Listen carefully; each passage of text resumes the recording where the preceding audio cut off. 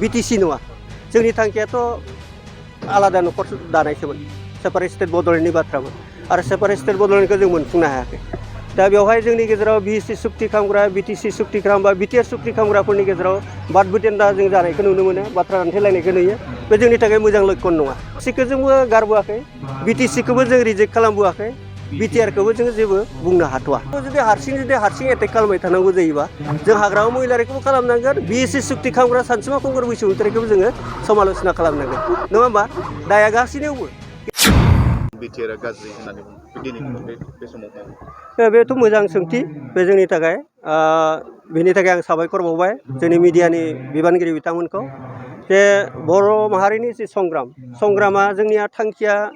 BSc BTR BTC नङा जोंनि थांखियाथ' आलादा न'खर दानायसोमोन सेपारेट स्टेट बड'लेण्डनि बाथ्रामोन आरो सेपारेट स्टेट बड'लेण्डखौ जों मोनफुंनो हायाखै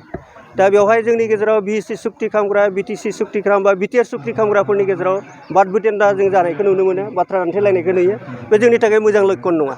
मानो होनना बुङोब्ला बिएससिखौ जोंबो गारबोआखै बिटिसिखौबो जों रिजेक्ट खालामबोआखै बिटिआरखौबो जों जेबो बुंनो हाथ'वा दा बेनिखायनो बिएससि बिटिसि आरो बिटिआर जि पार्थक्य जे थोंजोङै बुंनो थाङोबा दिनै हमना ला इउपिपिएलनि दैदेनगिरि बिथां प्रमद बर'खौ हारसिं टारगेट खालामबाय थानाय नुनो मोनो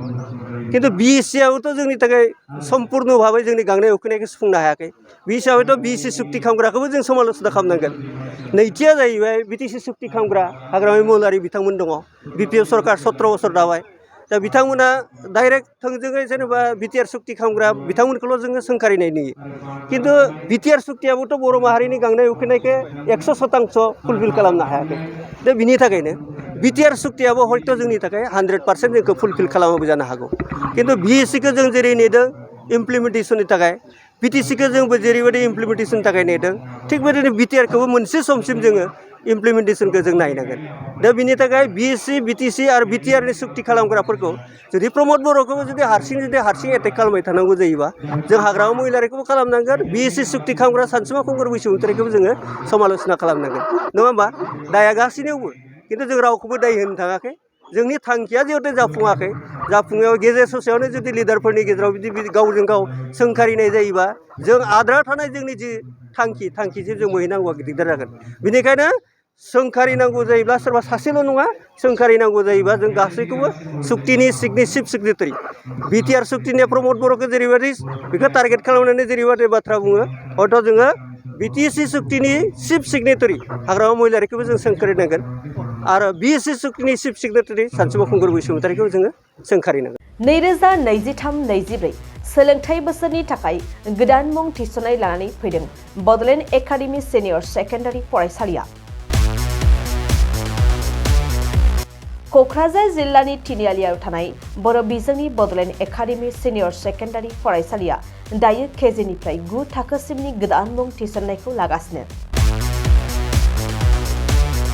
बड'लेण्ड एकाडेमि सिनियर सेकेन्डारि फरायसालियाव गुनगोनां सोलोंथाइ होनायजों लोगोसेयैनो नोंथांमोना बे फरायसालियाव थानाय जानायनि हस्टेल खाबुखौ मोननो हागोन